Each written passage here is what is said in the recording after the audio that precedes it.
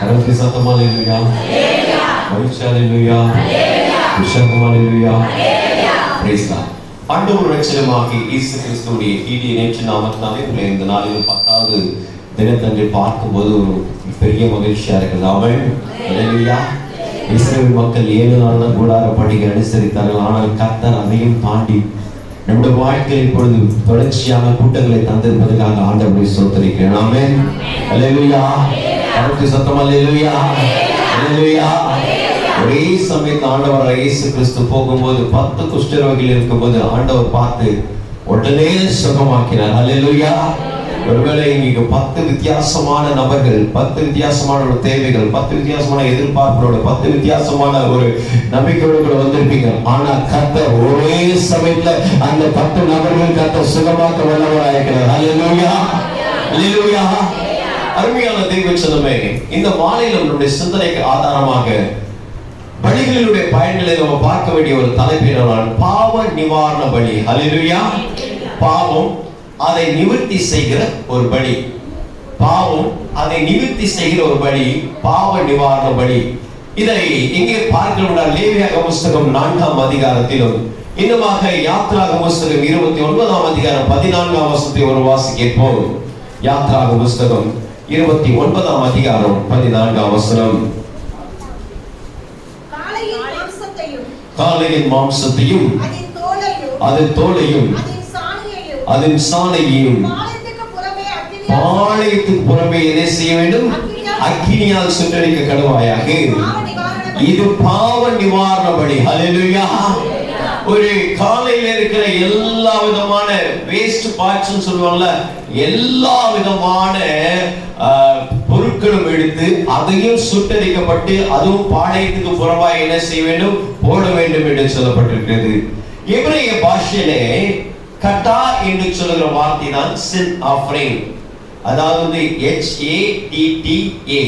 இந்த கட்டா அப்படின்னு சொல்ற வார்த்தை இதுதான் சின் ஆஃபரிங், பாவ நிவாரணத்துக்கான பலி என்று சொல்லப்படுது.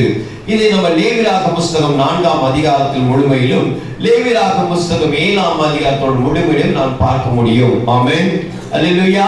இந்த பலியானது எப்படி செலுத்தினா தினமும் செலுத்தணுமா? It's a daily offering. யாத்ராகம புஸ்தகம் 29ஆம் அதிகாரம் 36ஆம் வசனத்தில் போடப்பட்டிருக்கு. அது மாத்திரமல்ல, இந்த பலிக்கு இன்னொரு ஒரு காரியம்னா, எல்லா பலியும் பலிபீடத்தோடு முடிஞ்சிடும். இந்த பலிபீடம் என்ன செய்வாங்க? உள்ளுக்குள்ள ஆண்டவருடைய சமூகத்துல அந்த திரைக்குள்ள உள்ளே கடந்து சென்று மகா பரிசுத்த ஸ்தலத்துல கொண்டு போய் செலுத்தக்கூடிய பலியா இருக்கிறது. யாத்ராகம புஸ்தகம் 30ஆம் அதிகாரம் 10ஆம் வசனத்தை பார்க்கிறோம். உள்ளுக்குள்ளே கடந்து சென்ற அந்த பிரகாரங்களில் என்ன செய்வார்கள்? இந்த பலியை செலுத்துவார்கள். அது மாத்திரமல்ல, இந்த பலியானது என்ன செய்யப்படுகிறது என்றால், இது ஆசாரியருடைய பிரதானமான வேலை. இந்த பாவ நிவாரண பலிதான் உங்களுடைய பிரதான என்று ஆசாரியருக்கு ஒரு நியமனம். there is a rule, there is a law, there is an order for the priest. You should do this sacrifice. இந்த பலியை நீங்க எப்பவும் செலுத்தி கொண்டே இருக்கணும். என் ஜனங்க பாவத்தோடு கூட இருக்க கூடாது, எங்க ஜனங்க பாவத்தோடு சாபத்தோடு கூட இருக்க கூடாது. இந்த பலியை எப்பொழுது செலுத்துவாயாக என்று சொல்லி ஆசாரியருக்கு கொடுக்கப்பட்ட ஒரு நியமனம் என்று சொல்லலாம். லேவியராகம புஸ்தகம் 8ஆம் அதிகாரத்தில் 2ஆம் வசனத்திலும், லேவியராகம புஸ்தகத்திலே 14ஆம் அதிகாரம் 9ஆம் வசனத்திலும், லேவியராகம புஸ்தகம் 9ஆம் அதிகாரத்தில் 2, 3, 7லும், இன்னும் பார்க்க லேவியராகமம் 12ஆம் அதிகாரத்தில் பார்க்கும்போது இதை தன்னை ஒரு மனிதனை சுத்தம் செய்வதற்காக கொடுக்கப்பட்ட ஒரு பலி என்று சொல்லப்படுது. ஒரு மனிதனை தூய்மையாக்கப்படுவதற்கும் ஒரு மனிதனை அவன் செம்மையாக்கப்படுவதற்கும் கொடுக்கப்பட்ட ஒரு பலி இந்த பலி என்று சொல்லப்படுகிறது.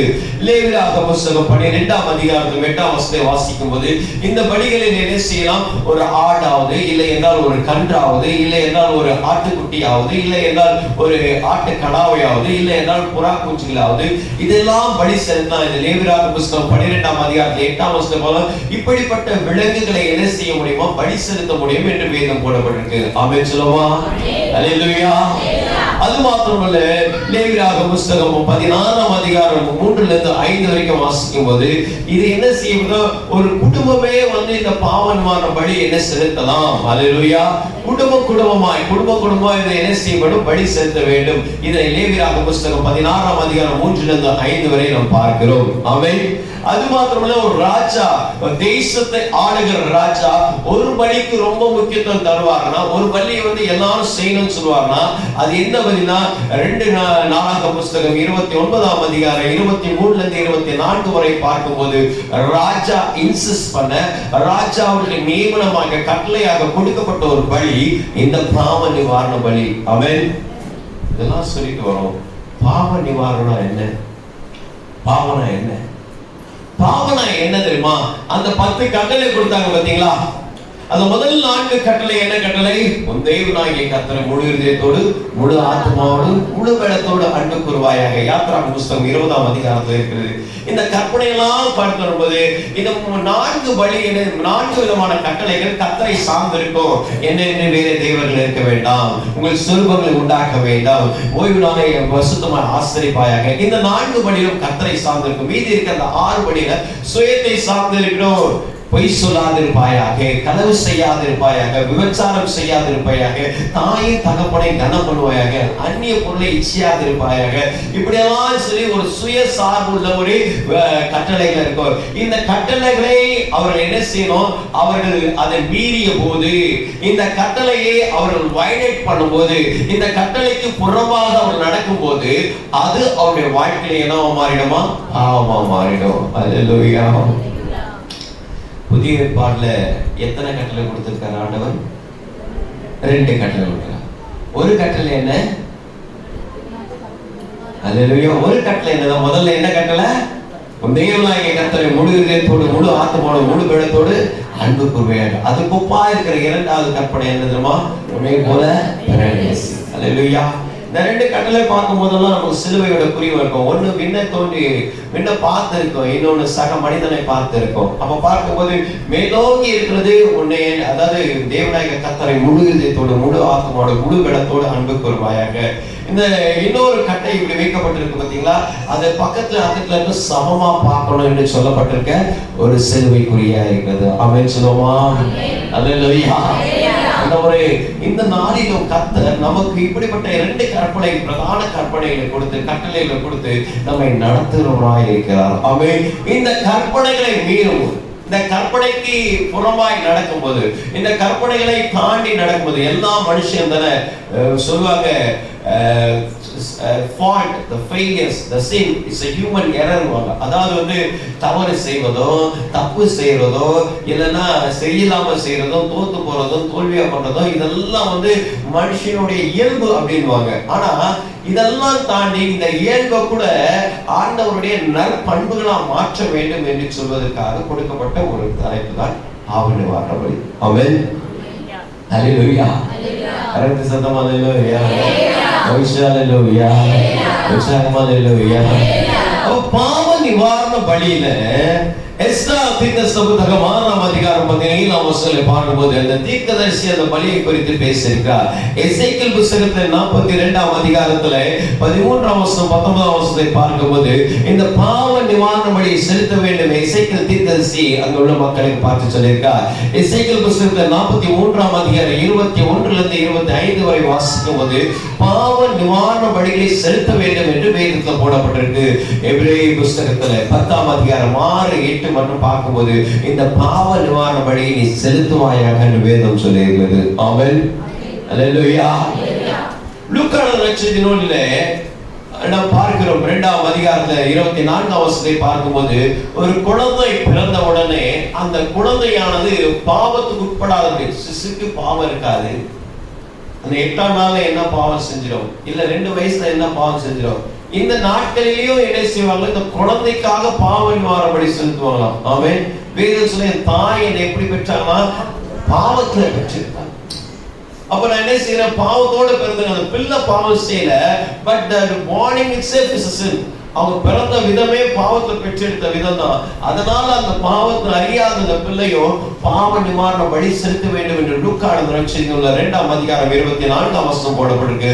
லேவியராகம புத்தகம் 12ஆம் அதிகாரம் குழந்தை பிறந்த உடனே 8ஆம் நாளிலே அது உடன்படிக்கை ஆகும். 2 வயது கடந்தது பாவ நிவாரண பலியாக செலுத்த வேண்டும் என்று ஒரு நியமனத்தை கொடுத்திருக்கிறார்கள். ஆமென் சொல்லுவோம்.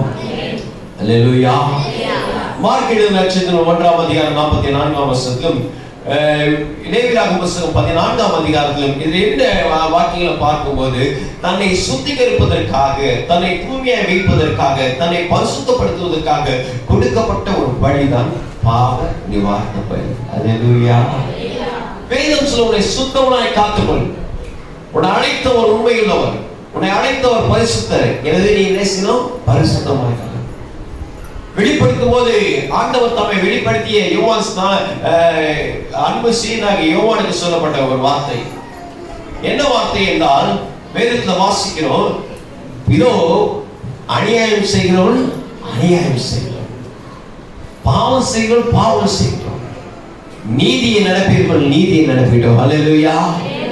பரிசுத்தமா இருக்கணும், இன்னும் பரிசுத்தமாகட்டும், பரிசுத்தமா இருக்கும், இன்னும் பரிசுத்தமா. இதான் ஆண்டவர் எதிர்பார்த்து கொண்டு இருக்கார். தூய்மையை எதிர்பார். ஒவ்வொரு மக்களுடைய வாழ்க்கையில கர்த்தர் எதிர்பார்த்து, இன்னும் நீ ஆண்டவரோட கூட எவ்வளவு நீ பரிசுத்தமா இருக்க முடியும், இன்னும் ஆண்டவருக்கு ஏற்ற பிள்ளையா நீ எப்படி மாற முடியும். ஒரு பொண்ணு எவ்வளவு தொடச்சு சுத்தமா மாட்டி அது எப்படி ஒரு ஷைனிங்கா மாறுதோ, அதே போல கிறிஸ்துவ வாழ்க்கையில நீ பிரகாசம் ஒரு வாழ்க்கையை வாழ்வதற்காக ஆண்டவர் இன்னுமான பணமிட்டு, ஆண்டவர் இன்னுமான பரிசுத்தப்படுத்தி, கர்த்தர் விரும்புகிற ஏற்ற ஒரு பரிசுத்தத்தை என்ன செய்கிறார்? உன்னிலே என்னிலே காணப்படுவதற்காக கொடுக்கப்பட்ட ஒரு பலிதான் பாவ நிவாரண பலி. அல்லேலூயா. கிறிஸ்துவுக்குள் பிரியமான உபாகம புத்தகம் 12ஆம் அதிகாரம், லேவியராகம புத்தகம் 4ஆம் அதிகாரம் 1-12, லேவியராகம புத்தகம் 13ஆம் அதிகாரம் 21ஆம் வசனம், இன்னுமாக லேவியராகம புத்தகம் 6ஆம் அதிகாரம் 30ஆம் வசனம், இன்னுமாக எபிரேயர் புத்தகம் 13ஆம் அதிகாரம் 11ஆம் வசனங்கள், இன்னும் லேவியராகம புத்தகம் 5ஆம் அதிகாரம் 7-13 வசனங்கள், இதெல்லாவற்றையும் உள்ளடக்கி பார்க்கும் போதெல்லாம் இது என்ன சொல்லப்பட்டிருக்கு என்றால், கிறிஸ்துவுக்குள் பிரியமானவர்களே, ஆண்டவருக்கு பாவ நிவாரண பலியை செலுத்த வேண்டும். ஆமென். அல்லேலூயா. அல்லேலூயா. அல்லேலூயா. நாம் யாரும் இப்பொழுது நம்முடைய வேத பகுதியை லேவியராகம புத்தகத்திலே திருப்பிக் கொள்ளும், இந்த 4ஆம் அதிகாரத்தில் திருப்பிக் கொள்ளும் போது இங்கே வேதம் சொல்கிறது என்னவென்றால், நீ இஸ்ரவேல் புத்திரரிடத்தில் சொல்ல வேண்டியது என்னவென்றால், ஒருவன் கர்த்தருடைய கட்டளையில் யாதொன்றையும் அறியாமையினால் மீறி செய்யத்தகாததை செய்து பாவத்துக்குட்பட்டால் அறிய வேண்டியதாவது. அதாவது என்னன்னா, அந்த கட்டளைகளை மீறி யாராவது என்ன செய்யனா அறியாமல செஞ்சுட்டா அது பேர் பாவம். The sin can be considered as the ignorance. அறியாம செஞ்சிட்டாங்க, அது பேர் பாவமா? பாவம். நம்ம பரிதாபமான வார்த்தை சொன்னோம், ஐயோ அவங்க பாவங்க, ரொம்ப பாவங்க, அவங்களுக்கு தெரியாதுங்க, இன்னசென்ட், அவங்களுடைய இன்னசென்ட் ஒரு மாதிரி அப்படின்னு சொல்றாங்க. அந்த பரிதாபக்கூடிய வார்த்தை தான் இந்த பாவம். அறியாமல் செய்கிற ஒரு தவறு, அறியாமல் செய்கிற ஒரு பாவம், அறியாமல் செய்ய வேண்டிய ஒரு பாவம், அது அறியப்பட்டு வந்தால் எல்லாமே நல்லவங்க தாங்க, எல்லாமே நீதிமான்கள் தான். மாட்டிக்காத வரைக்கும் மாட்டிக்கிறோம்னா, ஐயோ இந்த சிஸ்டரா இப்படி பண்ணாங்க, இந்த பிரதரா இப்படி பண்ணாங்க, இவரா அப்படி பண்ணாரு, அவரா அப்படி பண்ணாருன்னு சொல்லிட்டு எல்லாரும் என்ன செய்வாங்க, அவங்ககிட்ட வைத்திருந்த நற்மதிப்பு தாண்டிய அவங்க தூக்கு மதிப்பு என்ன செய்யும் அதிகமாக பேசப்பட்டு கொண்டிருக்கும். அவங்க 99 நல்ல காரியங்களை பண்ணியிருப்பாங்க, ஒரு தவறான காரியத்தை பண்ணியிருப்பாங்க. அந்த ஒரு தவறான காரியத்தை மக்கள் அதிகமாய் விமர்சிப்பதும் அதை வரவேற்பதும் உண்டு. ஆனால் இந்த மாலை வேளையிலே தெய்வம் நம்மை பார்த்து சொல்கிறார், அறியாமையை செய்த பாவம் அந்த பாவத்தோடு கூட இல்லாதபடி வேதம் சொல்லி, அபிஷேகம் பெற்ற ஆசாரியர் ஜனங்களின் குற்றத்துக்கு உட்பட்டத்தக்கதாய் பாவம் செய்தால் தான் செய்த பாவத்தின் நிமித்தம் பழுதற்ற ஒரு இளங்காளையை பாவ நிவாரண பலியாக கர்த்தருடைய சந்நிதியில் கொண்டு வர கடவுள். அவர் எப்படி ஒரு பாவம் செஞ்சாரோ அதே பாவத்துக்கு ஏற்பமாக ஒரு இளங்காளை, ஒரு கன்று குட்டியை கொண்டு வரணும், ஒரு காஃபை கொண்டு வரணும். கொண்டு வந்துட்டு அவன் அந்த காளையை ஆசரிப்பு கூடார வாசலை கர்த்தருடைய சந்நிதியில் கொண்டு வந்து அதன் தலைமேல் தன் கையை வைத்து கர்த்தருடைய சந்நிதியில் அதை செலுத்த கொள்ள கடவுள். அது என்ன செய்யணுமா, கர்த்தருடைய சந்நிதியில் வந்துட்டு அந்த கையை வச்சுட்டு சோ நான் தவறு செஞ்சுட்டேன், இந்த சோன்சோ இப்ப என்ன சார் அந்த தவறெல்லாம் இந்த காலம் வாங்கிக்கிறது, அந்த சோன்சோக்கு ஈடாக பலியாக இந்த காலை என்ன செய்யறோம் நம்ம கொடுத்துறோம். இந்த காலை என்ன செய்யுது, அந்த தவறை எடுத்துக்குதுன்னு சொல்லிட்டு அந்த தலை மேல எல்லாத்தையும் திணிச்சு விடுறது. திணிச்சு விட்டுட்டோன்னு என்ன செய்யறது, அது கொல்ல கடவுள் என்று சொல்லப்படுது. அப்பொழுது அபிஷேகம் பெற்ற ஆசாரியன் அந்த காளையின் ரத்தத்திலே கொஞ்சம் எடுத்து அதை ஆசரிப்பு கூடாரத்திலே கொண்டு வந்து பாருங்க. அந்த ஆசரிப்பு கூடார வாசல்ல வந்து அதை வெட்டிடணும். வெட்டிட்டு அந்த கூடாரத்துக்கிட்ட வந்துடும், உள்ளுக்குள்ள வந்துடும். ஏற்கனவே உங்களுக்கு எல்லாருக்கும் சொல்லியிருக்கேன், அந்த படங்களை பார்த்துருக்கோம். நம்ம மீண்டுமா நம்ம அந்த படத்தை பார்க்கறதுல ஒரு புக்கை நம்ம என்ன செய்ய முடியும், அந்த காரியத்தை நினைவு கூற முடியும். அதாவது அந்த ஆசரிப்பு கூடாரம் ஏற்கனவே நம்ம சொல்லப்பட்டவனமாக இந்த ஆசரிப்பு கூடாரத்தை என்ன செய்யப்பட்டிருக்கு, இந்த வாசலாண்ட வந்து என்ன செய்வாங்க, இந்த படியே என்ன பண்ணுவாங்க, இந்த காலையே வெட்ட ஆரம்பிச்சிருவாங்க. வெட்ட ஆரம்பிச்சிட்டோன்னே அது என்ன செய்யும், கொல்லப்பட்டுட்ட உடனே அது என்ன செய்யுது, உள்ளுக்குள்ள வந்து அந்த பலிபீடம் அந்த கூடாரத்துக்கிட்ட வந்து என்ன செய்வாங்க, அந்த கூடாரத்துக்கிட்ட வந்து என்ன செய்வாங்க, அந்த பலியை என்ன செய்வாங்க, அந்த ரத்தத்தை வந்து கொடுப்பாங்க. அப்போ கொடுக்கும் போது என்ன செய்வான், ஆசாரியன் என்ன செய்வானா, வேதம் சொல்லுது, அப்பொழுது அபிஷேகம் பெற்ற ஆசாரியன் அந்த காளையின் ரத்தத்திலே கொஞ்சம் எடுத்து அதை ஆசரிப்பு கூடாரத்துக்கு கொண்டு வந்து தன் விரலினால் என்ன செய்வானா, ரத்தத்திலே தோய்த்து பரிசுத்த ஸ்தலத்தின் திரைக்கு எதிரே கர்த்தருடைய சன்னதியிலே, அதாவது பரிசுத்த திரை இங்க இருக்கு ரைட்டுங்களா, இந்த பரிசுத்த திரை இங்க இருக்கு, இங்க வந்து அந்த ஆசரிப்பு கூடாரம் இருக்கு. இந்த நடுவுல என்ன செய்வாங்க, வேதம் சொல்லுகிறது, அந்த விரலில ரத்தத்துல தோய்த்து பரிசுத்த ஸ்தலத்துல இந்த திரைக்கு எதிராக கர்த்தருடைய சன்னதியில 7 தரம் தெரிப்பாங்க. யார் எழுந்து போறோம் அவனை கூப்பிட்டு நான் என்ன செய்வேன் கேட்கணும்னு நினைச்சேன், ஆனா அப்படி செய்யல. 7 தரம் என்ன செய்வானா, தோய்ப்பாங்க. அதாவது வந்து தெளிக்க வைப்பாங்களாம் அந்த பக்கத்துல. அந்த தெளிக்கும் போது பின்பு ஆசாரியன் அந்த ரத்தத்துல கொஞ்சம் எடுத்து ஆசரிப்பு கூடாரத்திலே கர்த்தருடைய சன்னதியில இருக்க சுத்த தீபகுடம் உள்ளுக்குள்ள போயிடுவாங்க. அந்த உள்ள இருக்க அந்த தீபத்துக்குள்ள போயிடுவாங்க. அந்த பீடம் இருக்கு பாத்தீங்களா, ஏற்கனவே அந்த பலிபீடம் சொன்னல, அந்த பலிபீடத்துக்கிட்ட போயிடுவாங்க. இந்த பலிபீடத்தை இப்ப இந்த பலிபீடத்தோட படத்தை ஏற்கனவே இதெல்லாம் நம்ம பார்த்ததுனால உங்களுக்கு வந்து ரொம்ப விசிபிளா நமக்கு காட்ட வேண்டிய அவசியம் இல்லை. You already know this. இந்த பலிபீடத்துக்கு போயிடுவாங்க. பின்பு ஆசாரியன் ரத்தத்திலே கொஞ்சம் எடுத்து ஆசரிப்பு கூடாரத்திலே கர்த்தருடைய சன்னதியிலே இருக்கும் சுகந்த தூபபீடத்துக்கு கொம்புகளின் மேல் பூசி, இந்த மேல என்ன சொந்த அந்த இருக்கு பாத்தீங்களா, அந்த கொம்புகள்லாம் இருக்கு பாத்தீங்களா, அந்த கிரவுன்லாம் இருக்கு பாத்தீங்களா, அது மேலாம் பூச ஆரம்பிப்பாரு. முழுதும் பூச ஆரம்பித்து முன்பாக இருக்கிற தகன பலிபீடத்தில் அடியிலே ஊற்றிடுவார். இதுக்கு கீழே இருக்க இந்த பலிபீடம் வச்சிருக்காங்க பாத்தீங்களா, அது கீழே இருக்க பாத்தீங்களா, அதுல என்ன செய்வாங்க, அந்த ரத்தத்தை ஊத்திடுவாங்க. ஊத்திட்டு பாவ நிவாரண வழியாக காளையின் எல்லா கொழுப்புமாகிய குடல்களையும் மூடிய கொழுப்பையும் அவை மேல் இருக்கிற கொழுப்பு முழுவதையும் 2 குண்டிக்காய்களையும் அவை மேல் இருக்கிற சிறு குடல்களுக்கு இருக்கிற கொழுப்பையும் குண்டிக்காய்களோடு கூட கல்லீரல் மேல் இருக்கிற செவ்வையும் சமாதான பலி, ஏற்கனவே சமாதான பலியை பார்த்தோம். ஒரு ஆடுக்குள்ள என்னென்ன எல்லாம் எடுப்பாங்க, அந்த கொழுப்புலாம் என்னென்ன எடுப்பாங்க, என்னென்ன செவ் எடுப்பாங்க பார்த்துக்கல. அந்த சமாதான பலியில எடுக்கிறது போல இதிலிருந்து எடுத்து அவர்களை தகன பலிபீடத்தில் என்ன செய்வாங்க, ஏற்கனவே முன்னாடி இருக்கு பாத்தீங்களா, ஒரு பலிபீடம் வச்சு எரிப்பாங்க பாத்தீங்களா, ஏற்கனவே நம்ம பார்த்திருக்கோம்ல, ஒரு பலிபீடத்துல வச்சு என்ன செய்வாங்க, அது முன்னாடியே ஒரு பலிபீடம் இருக்கு பாத்தீங்களா, இங்க எரிகிறது பார்த்திருப்பீங்க. இந்த எரிகிற இடத்துல என்ன செய்வாங்களா, அதை போட்டு எல்லாத்தையும் என்ன செய்வாங்க, எரிப்பாங்க. எரிச்சுட்டு என்ன செய்வாங்க, இந்த காளையின் தோலையும் அதன் மாம்சம் முழுவதையும் அதன் தலையும் தொடையும் அதன் குடல்களையும் அதன் சாணியும் எல்லாத்தையும் எடுத்து காளை முழுவதையும் பாளையத்துக்கு புறமே, அதாவது இந்த பாளையம்னா இந்த காம்பவுண்டு போறதுக்கு, இந்த காம்பவுண்டுக்கு புறம்பா இருக்கிறது ஒரு இடம் எல்லாம் பரிசுத்த ஸ்தலம் வச்சிருப்பாங்க. அந்த இடத்துக்கு போயிட்டு என்ன செய்வாங்க, அக்னியினாலே சுட்டெரிவாங்க. சாம்பல் கொட்டி இருக்கிற இடத்துல எல்லாத்தையும் எரிப்பாங்க பாத்தீங்களாமா, அதெல்லாம் எரிக்கிற இடத்துல என்ன செய்வாங்க, ஏற்கனவே சமாதான பலியில பலிபீடத்திலே எரிச்சுவாங்க. அந்த டிஃபரன்ஸ் பார்த்துக்கணும். பலிபீடத்துல வந்து என்ன செய்வாங்க, சமாதான பலியில இருக்கும்போது எல்லாத்தையும் எரிச்சுவாங்க. ஆனா இப்போ அந்த பாவ நிவாரண பலி என்ன செய்வாங்க, பாளையத்துக்கு புறம்பா கடந்து சென்று எங்க சாம்பல் கொட்டிருக்காங்களோ அங்க கட்டையெல்லாம் அடக்கி இந்த கொழுப்பு, இந்த குண்டிக்காய்கள், இந்த செவ்வு எல்லாத்தையும் எடுத்து போயிட்டு குடலாம் எடுத்து போயிட்டு அந்த இடத்துல என்ன செய்வாங்க, அவருக்கு சாம்பல் கொட்டிருக்க இடத்துல அதை சுட்டரிக்க கடவுள். இஸ்ரவேல் சபையார் எல்லாரும் என்ன செய்வாங்க, அறியாமலா பாவம் செய்த காரியம் அவங்க அறியாமலா செய்ததுனால என்ன செய்யப்பட்டிருக்கு, இப்படிப்பட்ட ஒரு பலியை செலுத்த வேண்டியதா இருக்கு. ஆமென், அல்லேலூயா, அல்லேலூயா. ஒருவர் 20ஆம் வசனத்தை வாசிங்கள். அதே அதிகாரத்துல 20ஆம் வசனம். பாவ நிவாரண பலியின் காளை செய்த பிரகாரம் இந்த காளையும் செய்யும். இவ்வனமாய் ஆசாரியன் அவருக்கு பாவ நிவர்த்தி செய்ய கடவுள்.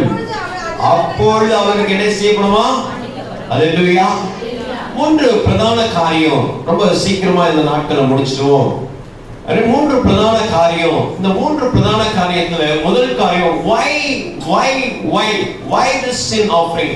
எதற்கு இந்த பாவ நிவாரண பலி செலுத்த வேண்டும் என்றால், to get the forgiveness, மன்னிக்கும்படியாக, மன்னிப்பு பெறும்படியாக செலுத்தப்படக்கூடிய ஒரு பலி தான் பாவ நிவாரண பலி. அல்லேலூயா.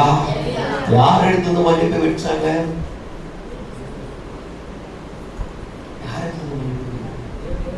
தேவனுக்கு. கரெக்ட். தேவனுக்கு வந்து பலி பெறுங்க. அல்லேலூயா.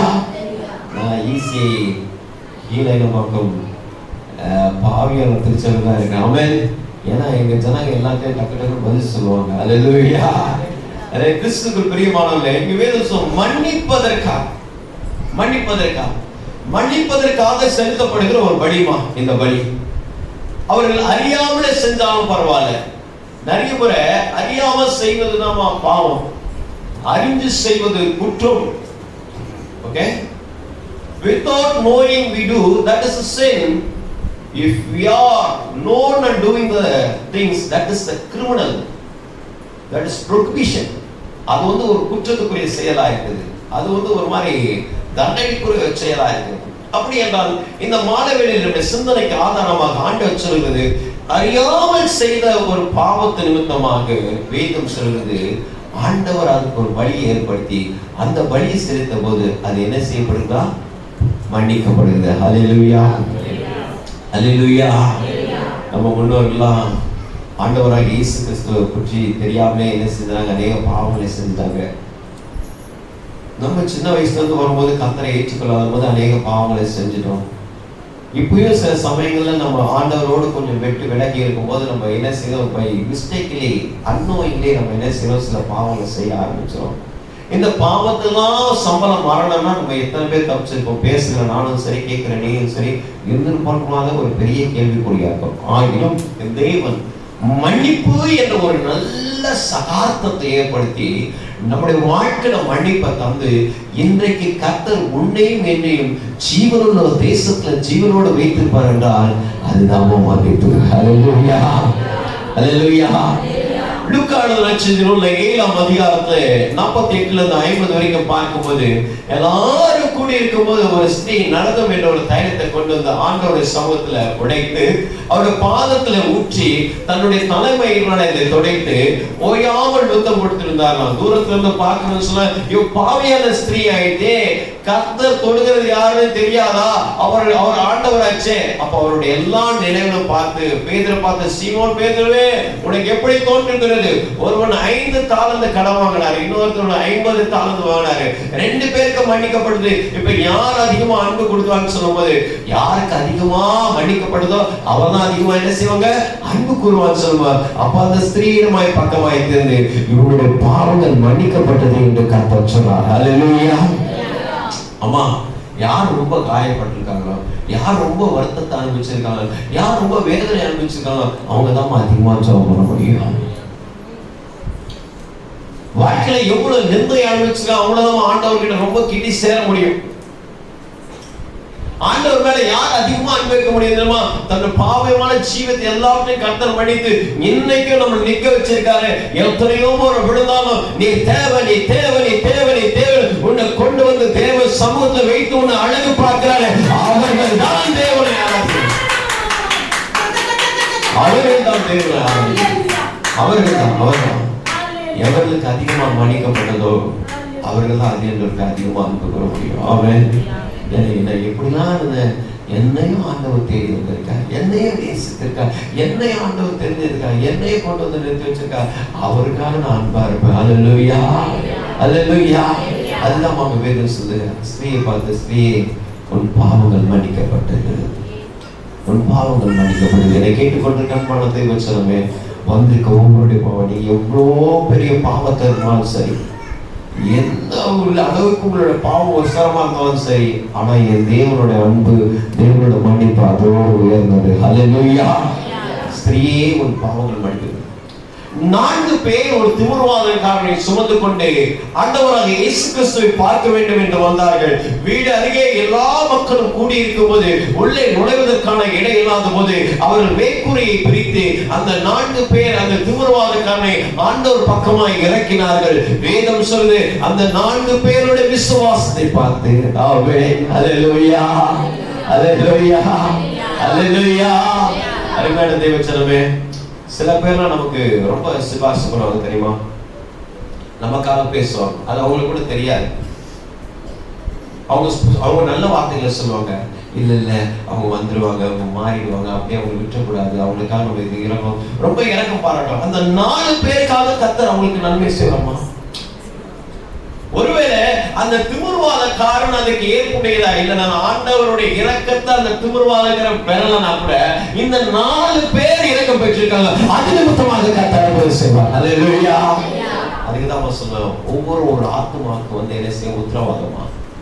அவர் வந்தாதான் நான் வருவேன், அவர் எடுத்தாதான் நான் எடுப்பேன், அவங்க செஞ்சாதான் நான் செய்வேன், அக்கா வந்தாதான் நான் வருவேன், அண்ணன் வந்தாதான் வருவேன், மாமா வந்தாதான் வருவேன். இல்லம்மா, அவங்களுக்கு இறக்கம் கிடைக்கல, உனக்கு இறக்கம் கிடைச்சிருக்கு, அதுதான் நீ வந்திருக்க, உன்னை பார்த்துதான் அவங்களுக்கு ஆண்டவர் மன்னிக்க போறாரு.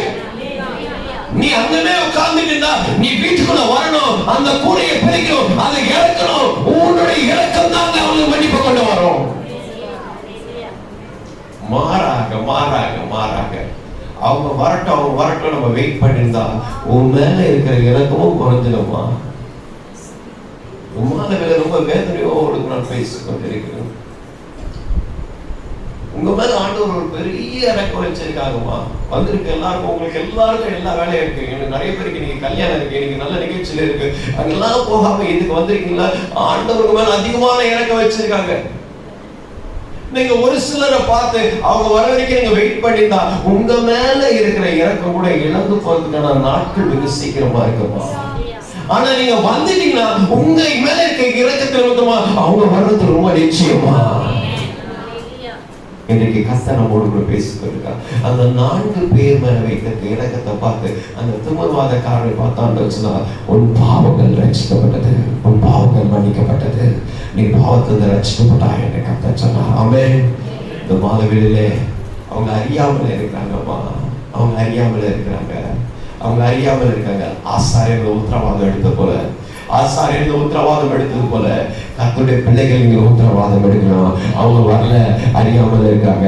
நாங்க உத்தரவாதம் இருக்க, என் மேல இருக்கிற இறக்கம் அவர்களை என்ன செய்ய மன்னிக்க போது. அல்லேலூயா. மன்னிப்பு பெறுவதற்காக, அறியாமல் செய்த பாவத்துடைய மன்னிப்பை பெறுவதற்காக செலுத்தப்படுகிற படிதான் பாவ நிவாரண பலி. அல்லேலூயா. sin offering. இரண்டாவதாக லேவியராகமம் புத்தகம் 5ஆம் அதிகாரத்துல 2ஆம் வசனம், 4ஆம் வசனம், 6ஆம் வசனம் வரை வாசிப்போம். அசுத்தமான காட்டு மிருகத்தின் உடலையாவது, அசுத்தமான நாட்டு மிருகத்தின் உடலையாவது, அசுத்தமான ஊரும் பிராணியின் உடையாவது, இவ்விதமான அசுத்த யாதொரு வசையாவது ஒருவன் அறியாமல் தொட்டால் அவன் தீற்றும் குற்றமுள்ளவனான். பாருங்கம்மா, சில சமயத்துல you are not a sinner but you are seems to be a sinner. சில சமயங்கள்ல நம்ம பாவி கிடையாது, ஆனா பாவிகளுடைய கூட்டத்துல நம்ம இருக்கிறதுனால நம்மையே அதெல்லாம் பார்ப்பாங்க. tell about your friend, I tell about you அப்படின்வாங்க. உன் நண்பனை பற்றி சொல்லு, உன்னை பத்தி நீ எந்த இடத்துல நிக்கிற, எந்த இடத்துல நின்று பேசிக் கொண்டிருக்க. ஒருவேளை நீ ஆட்டோ ஸ்டாண்ட்ல நின்று பேசிக் கொண்டிருக்கியா, உன் ஜீவியத்தை பத்தி கணக்கு போட்டுருவாங்க. ஒருவேளை நீ பஸ் ஸ்டாண்ட்ல உட்கார்ந்து பேசிக் கொண்டிருக்கியா, உன் ஜீவியத்தை பத்தி கணக்கு போட்டுருவாங்க. ஒருவேளை நீ கறிக்கடையில உட்கார்ந்து மணிக்கணக்கா பேசிருக்கியா, உன் ஜீவியத்தை பத்தி கணக்கு போட்டுருவாங்க. நீங்க நல்லவதான், ஆனா நிக்கிற இடம் எங்க நிக்கிறோம்? நம்ம எங்கமா நிக்கிறோம்? கிறிஸ்துவுக்குள் பிரியமானவனே, இன்னைக்கு கர்த்தர் நம்மை பார்த்து சொல்கிறார், சில இடங்கள்ல நம்ம நிற்க கூடாதுமா, போக கூடாதுமா. That is not meant to us. அது நமக்கு உள்ளது கிடையாது. எல்லாத்தையும் நான் செய்வேன் அப்படின்னு நீங்க நினைக்காதீங்க. வேதம் சொல்லுங்க, சும்மா இருங்க, நான் செய்யறத கர்த்தர் சொல்றாரு. ஹல்லேலூயா. இல்லைங்க, அவரு எதுவும் கேட்க மாட்டாரு, நான் தான் எப்ப கேட்கணும். இல்லம்மா, உன் ஜீவியத்தை நீ எடுத்துக்கிறம்மா. வேணாம். கர்த்தர் ஒரு வித்தியாசமான ஒரு அழைப்பை வச்சிருக்காரு. உன்னோட தெரிந்து கொள்வது வித்தியாசம், அப்படிதான் பிசாசை டெம்ப்ட் பண்ணுவான், அப்படிதான் பிசாசு ஒரு இது பண்ணுவான். கோபக்காரங்க சண்டைக்காரங்க கூட அமைதியா இருக்கும். நீ ரட்சிக்கப்பட்ட ஸ்திரீ, நீ அபிஷேகம் பண்ணப்பட்ட ஸ்திரீ, நீ ஆவியில நிறைய ஸ்திரீ, உன்னை பிசாசு கை கருவியா மாத்திடுவான். நீங்க வார்த்தையை விட்டுருவீங்க. இவ்வளவு நாள் காத்து வச்சிருந்த சாட்சி நிமிஷத்துல மறைஞ்சு போயிடும். பழி யாருக்கோ, பாவம் செஞ்சது யாரோ, அந்த பழி விரோதத்திற்கு வந்துடும். இன்னைக்கு கர்த்தர் நம்மை வேதனையோடு கொடுக்கூடாது என்று கொண்டு இருக்கிறேன். என் ஜனங்க அறியாம செய்யறாங்க, தெரிஞ்சு செய்யல, தெரிஞ்சு செய்யல, அறியாம செய்யறாங்க. அவங்கள அந்த கார்னர் பண்ணிட, புஷ் பண்ண அந்த நிலைக்கு தள்ளிட்டாங்க. இல்லைன்னா அவங்க அப்படி செய்ய வேண்டிய ஆட்கள் கிடையாது. They are not that like people. அவங்க அப்படிப்பட்ட மனுஷர்களே கிடையாது. அந்த சூழ்நிலைக்கு அவங்க தள்ளிவிடும் போது என்ன செய்யப்படுறாங்க, அவங்க அப்படி செய்ய வேண்டிய ஒரு சூழ்நிலையாக மாறிடுது. அறிவியல் தேவச்சனமே, அவங்க தீட்டான பொருள், அது அசுத்தம். சும்மா தான் போய் லைட்டா டச் பண்ணியிருப்பாங்க, சும்மா தான் நின்று இருப்பாங்க. ஆனா அவங்களும் பாவம் செஞ்சது கன்சிடர் ஆயிடுது. ஆமென். வேதம் சொல்லுது, துன்மார்க்கருடைய வழியில் அவன் பார்வையில் உட்காரம் எடுத்து உட்காரம், பரியாசக்காரன் உட்காரம் எடுத்து உட்காரம். கர்த்தருடைய வேதத்துல பிரியமானோம். அல்லேலூயா. துன்மார்க்கருடைய பாதை, பாவிகளுடைய கடை, நிற்காம உட்காராம. சில சமயம் அங்கெல்லாம் இல்லை, அங்கதான் வந்துடணும். நான் என்னமோ தாமரை என்னதான் குளத்துல இருந்தாலும் அது மேல தண்ணி விட்டாதுன்னா தாமரை போனா செட் ஆகும். நமக்கு இல்ல. மீன் என்னதான் கடல்ல இருந்தாலும் அதுக்குள்ள உப்பு போகாது, மீன் போனா செட் ஆகுமா? நான் கிடையாது. ஏன்னா வேதத்துல தாமரை பத்தி போடவே இல்லை, மீனை பற்றி போட்டிருக்காங்க. மீன் பலி செலுத்துறதுக்கான பொருள் இல்லை. அப்போ அதை நம்ம கம்பேர் பண்ணக்கூடாது. இல்லை, அருமையான தேவஜனமே, இன்னைக்கு ஆண்டவர் பார்த்து சொல்றாரு, அறியாமல் செய்த ஒரு காரியம். அது என்ன சொல்லணும்னா, அடுத்தவர் செய்த பாவத்துக்கு உடன்படுது, அடுத்தவருடைய பாவத்துக்கு உடன்பட்டுரும். அதாவது என்னன்னா, நல்லதுக்கு தொட போங்க, கெட்டதுக்கு தொட போவாதீங்க.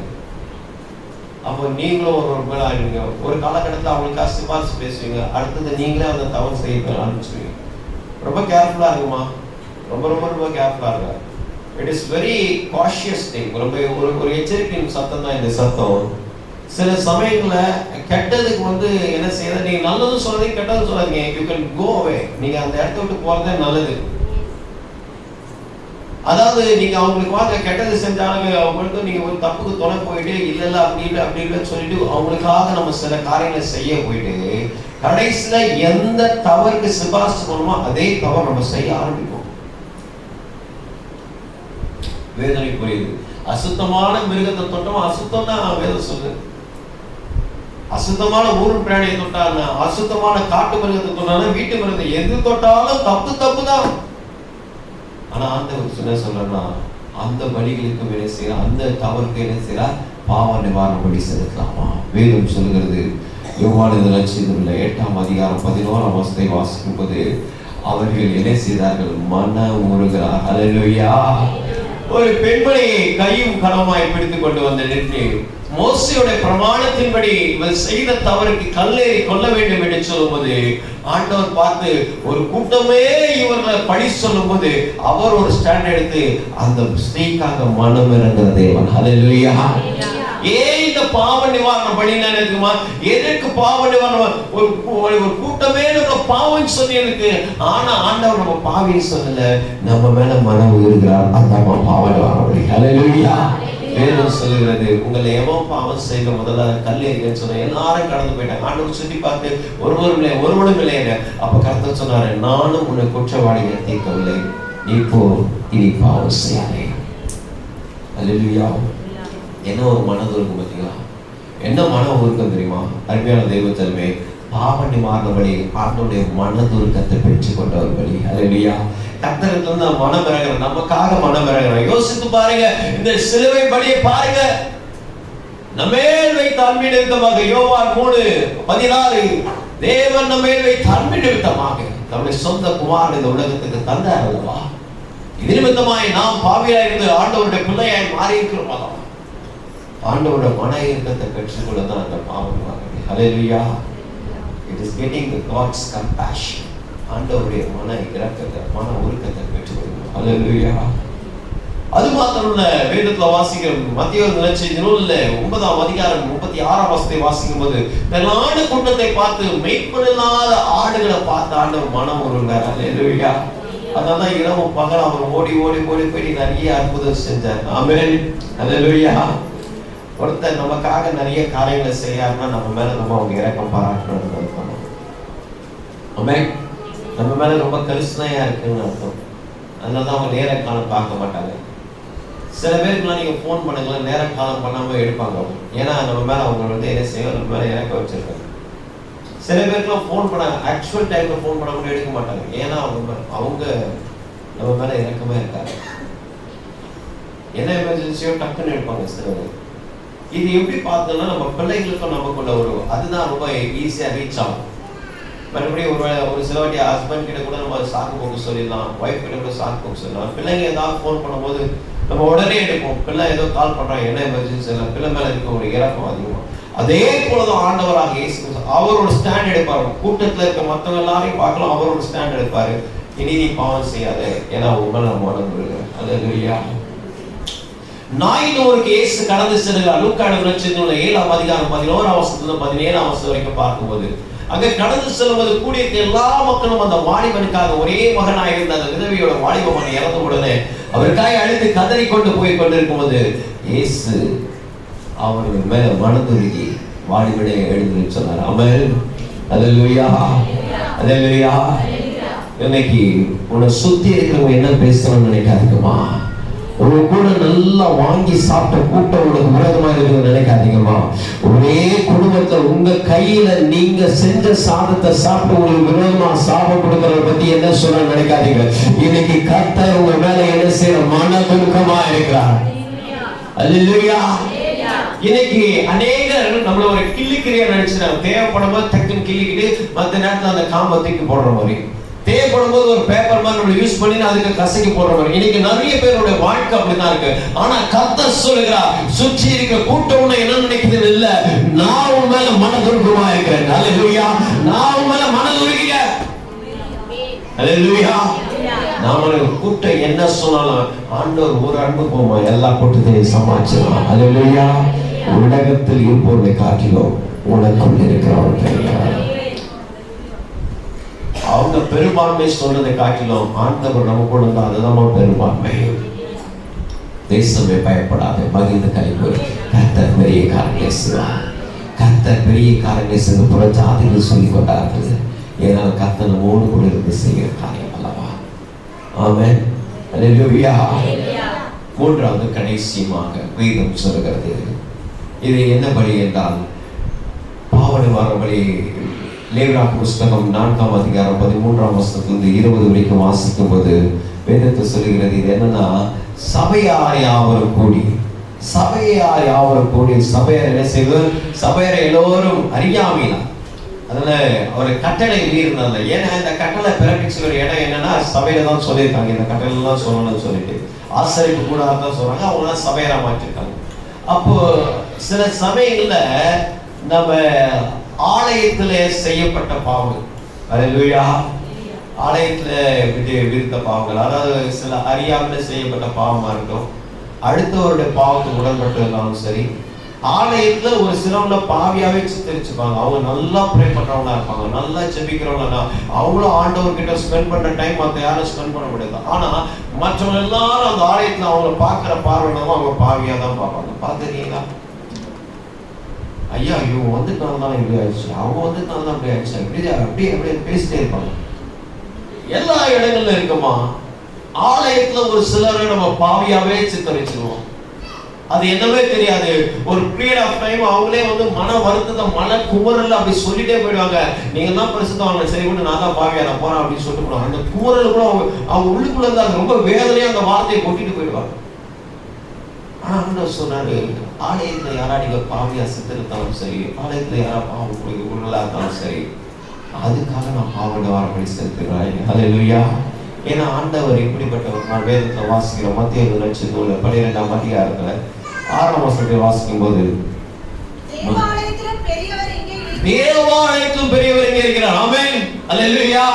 ஒருவேளை ஆலயத்தை நம்ம பெருசா நினைக்கும் போது இந்த ஆலயத்தோடு பெருசு யார் தெரியுமா? ஆண்டவராகிய இயேசு கிறிஸ்து. ஆமென். அல்லேலூயா. ஆலயத்துல ஆயர் என்ன நினைக்கிறாங்க முக்கியம் இல்ல, ஆலயத்துல மூப்பர்கள் என்ன நினைக்கிறாங்க முக்கியம் இல்ல, ஆலயத்துல அங்கத்தினர் என்ன நினைக்கிறாங்க, இதெல்லாம் தாண்டி ஆண்டவர் என்ன நினைக்கிறார்? அல்லேலூயா. ஆண்டவருக்கு நான் பிரதியா இருக்கணும், ஆண்டவருக்கு நான் நல்லவனா இருக்கணும், அது போதுமா? அவங்க நல்லவங்க நமக்கு சர்டிபிகேட் கொடுத்தாங்கன்னா கொடுக்கலாம். அருமையானது, ஆலயத்தில் பெரியவர், ஆலயத்தில் பெரிய. இந்த வசனங்களை பார்க்கும்போது பலி அல்ல, வாசிக்கிற வசனத்தை வாசிங்க, பலி அல்ல இரக்கத்தையே விரும்புகிறேன். பாருங்க பாருங்க பாருங்க, வேதம் சொல்லுகிறது ஏதோ பலியை பத்தி பேசிக் கொண்டிருக்கணும் அப்படின்னு இல்லம்மா. ஆண்டவர் இரக்கமுடையவர். அல்லேலூயா. நான் இரக்கத்தை தான் அவர் செய்கிறேன். அவர் ஓய்வு நாளிலும் அவர் பெரியவர், தேவாலயத்திலும் அவர் பெரியவர். மனுஷனுக்காக தான் ஓய்வு நாள் உண்டாக்கப்பட்டதை கண்டி ஓய்வு நாளுக்காக மனுஷன் உண்டாக்கப்படவில்லை. அல்லேலூயா. அல்லேலூயா. இது நல்லா கவனிச்சிடும். சிலர்லாம் ஆண்டவர் இங்க வச்சிருக்காங்க, பெரிய நோக்கம் இருக்குமா, பெரிய திட்டம் இருக்கு. ஆமென். நம்மலாம் சில இடங்கள்லாம் சில செடிகள் வளரும். உங்களை வேற என்ன பிடிங்கி வச்சிருந்தோம்னா நீங்க வளர்ந்துருக்க மாட்டீங்க, அப்பயே நீங்க சுருங்கிட்டு இருப்பீங்க. அல்லேலூயா. உரையாடல் தமிழ்ல பேச வேண்டும் என்று அதிகமாய் ஜெபித்துக் கொண்டு வருகிறேன் சில சமயங்கள்ல. அப்பொழுது கிறிஸ்துவுக்குள் பிரியமான சில மண்ணில் வைத்து உங்களை வளர வைக்க வேண்டும் என்று கர்த்தருடைய அனாதி திட்டம். தாயின் வயிற்றில் உருவாகும் முன்னே அவர் பேசுதல் எடுத்திருக்கார். இந்த மண்ணு உங்களை வளர்க்கிற மண்ணு, இந்த மண்ணு உங்க விசுவாச பாதை, இந்த ஆலயம் உங்களை விசுவாச வளர்ச்சி. உங்களை வேற எங்கேயாவது கொண்டு போய் வைத்திருந்தாலும் you cannot able to grow at all because this soil is meant for you. இந்த மணல், இந்த மண், இந்த இடம் உங்களை வளர்க்கறதுக்காக. இந்த செடிகள் இங்க தான் வளரும், சில மரங்கள் இங்க தான் வளரும். எங்க நீங்க சுத்தி போனாலும் சரி, மீண்டுமா இங்க தான் வர வேண்டியதா இருக்கும். Back to the church, back to the church, back to the church. ஆண்டவரோட ஏன்னா கிறிஸ்துவுக்குள் பிரியமான என்ன யார் என்ன நினைக்கிறாங்க அது ரொம்ப ரொம்ப ரொம்ப ஆராய்ச்சி செய்யாதீங்கம்மா. அதை ஆராய்ச்சி செய்ய ஆரம்பிச்சிட்டோன்னு நம்ம எல்லாத்தையும் ரொம்ப டிஸ்டர்ப் ஆயிடுவோம். Always hold the faith in your heart. விசுவாசத்தை உங்க உள்ளத்துல அதிகமா காத்துக்கொள்ளுங்க. அதை காத்துக்கொள்ள எது நம்மளை டிஸ்டர்ப் பண்ணாலும் டிஸ்டர்ப் பண்ண மாட்டோம். நம்ம மத்தவங்கள வார்த்தையை ரொம்ப இவங்க இப்படி சொல்லிட்டாங்கன்னா அந்த வார்த்தையை நீங்க காக்க வச்சிட்டீங்கன்னா, நீங்க காத்துட்டீங்க. if you take a word and keep it in your heart, அந்த வார்த்தை உள்ளுக்குள்ள வச்சிட்டீங்கன்னா எதை சொன்னாலும் பார்க்கும்போது என்ன பார்த்து தான் முறைக்கிறாங்க, என்ன பார்த்து தான் சிரிக்கிறாங்க, என்ன பார்த்து தான் இப்படி பண்றாங்க, எல்லாமே நம்மளை டிஸ்டர்ப் பண்ணிட்டே இருக்கும். விசுவாசத்தை காத்து பொருளுடையதான் சொல்ற நல்ல போராட்டத்தை போராடினேன், ஓட்டத்தை முடித்தேன், விசுவாசத்தை காத்து. அப்பதான் என்ன எனக்கு என்ன ஆண்டவருடைய கிறிஸ்துவுடைய அன்பை என்னை விட்டு எப்படி நீங்க கூட வருத்தமோ பசியோ நிர்வாணமோ கடல் சேற்றமோ ஏதோ என்னை விட்டு பிரியாதுன்னு சொல்றேன். ஏன்னா விசுவாசத்தை காத்துக்கொண்டாங்க. அல்லேலூயா. அழைத்த அழைப்பு அது அல்லவா? தேவாலயத்தில் ஒரு பெரிய ஆலயத்துக்கு உட்பட்ட பாவத்துக்குரியவராய் நம்ம காணப்பட்டோம். சபையாரெல்லாம் பாவத்துக்குரிய மாற்ற உடனே ஆசாரியர் அந்த வழியை செலுத்த ஆரம்பிக்கிறார்கள். ஆண்டவர் சொல்றா, தேவாலயத்தில் பெரியவரை கேட்கிறார். அல்லேலூயா. மத்தேயு 15 அதிகாரம் 8ஆம் வசனம் சொல்லும்போது, ஏசாயா 29:13 சொல்லும்போது சில பேர் நல்லா உதட்டுல சொல்லுவாங்க, ஆனா உள்ளமா ஆண்டவருக்கு எப்படி இருக்கா? தூரமா இருக்கு. அல்லேலூயா. ஆண்டவர் உள்ளத்தை தான் பார்க்கிறாரு. ஆண்டவர் உள்ளத்தை தான் பார்க்கிறாரு. இந்த மாலை வேளையிலே 3 வித்தியாசமான வழிகள். அறியாமல் செய்ததுக்காக செய்யப்படும் பாவ நிவாரண பலி, அதில் கிடைக்கும் பலன் மன்னிப்பு. அடுத்தவர் செய்த பாவத்துக்கு உட்பட்டாலும் அதுக்கு செய்யக்கூடிய பலி பாவ நிவாரண பலி, அதற்கு கிடைப்பது ஆண்டவருடைய மனதுருக்கம். நம்ம பார்த்து அவங்களையும் ஆண்டவர் ரட்சிப்பதிலே மன்னிப்பதிலே வல்லவராயிருக்கிறார். ஆலயத்துக்கு நம் பாவத்துக்கு விட்டவர்களாக இருந்தாலும் சரி, அது நிமித்தமாக வேதம் சொல்லுது கிறிஸ்து நம்மை அதிலிருந்து மீட்டு இருக்கிறார். ஆமென். God is rescue you from that. Hallelujah. இந்த சபையார் எல்லாரும் என்ன செய்தாங்க? ஒரே சமயத்துல அந்த பலி செலுத்தி எல்லாத்தையும் மீட்டு எடுத்தாங்க. ஆமென். Hallelujah. ஏன்னா உனக்கு ஆண்டவர் எல்லாத்தையும் மீட்டு எடுத்துருவாருமா. அது கடைசி வரைக்கும் அந்த வார்த்தை உங்க வார்த்தையா இருக்காது, மாறிடும், எல்லாம் மாறிடும். ஆமென். Hallelujah. எல்லாம் மாறிடும். ஆண்டவர் உங்களை மீட்டு எடுக்கிறார். அவர் மீட்பின் தேவனாக இருக்கிறார். யாருக்கிற சத்துருடைய இஷ்டத்துக்கு நம்மளை விட்ட மாட்டார். மற்றவங்க பேசுறது நம்ம இது வரைக்கும் கொண்டு வந்துட்டாருமா, இந்த வயது வரைக்கும் கொண்டு வந்தார். இது வரைக்கும் கொண்டு வந்த தேவன் இந்த தேவன் என்னையும் உள்ள சதா காலிலும் நம்முடைய தேவன் மரண பரியந்தம். அப்பெல்லாம் அவங்க ரொம்ப சப்போர்ட் பண்ணியிருந்தாங்க. அப்பெல்லாம் அவங்களுக்கு ரொம்ப உதவியா இருந்தாங்க, ரொம்ப சப்போர்ட் பண்ணிட்டு இருந்தாங்க, ரொம்ப உறுதுணையா இருந்தாங்க. இப்பெல்லாம் அவங்களுக்கு ரொம்ப செட் ஆகலையா, ரொம்ப அவங்களுக்கு விரோதமாயிடுச்சு அப்படின்னு சொல்லி மனுஷன் அந்த மாதிரி நட்டாடத்தை விட்டு போவான். ஆனா கர்த்தர் அப்படி இல்லை. ஒருவரோட கரத்தை பிடிச்சா இந்த தேவன் என்னடிக்குள்ள சதா காலிலும் நம்முடைய தேவன் மரண பரிந்து உன்னை மீட்டெடுப்பாருமா, உன்னை மீட்டெடுப்பாரு. எந்த சூழ்நிலை அகப்பட்டிருந்தாலும் சரி, பாவன் மாறினபடி மன்னிப்பு காணபடி, பாவன் மாறினபடி மன ஊக்கத்தை காணபடி, பாவன் மாறினபடி மீட்பு காணபடி கர்த்தர் நம்மை திருவாக்கில் ஆசீர்வதிப்பாராக.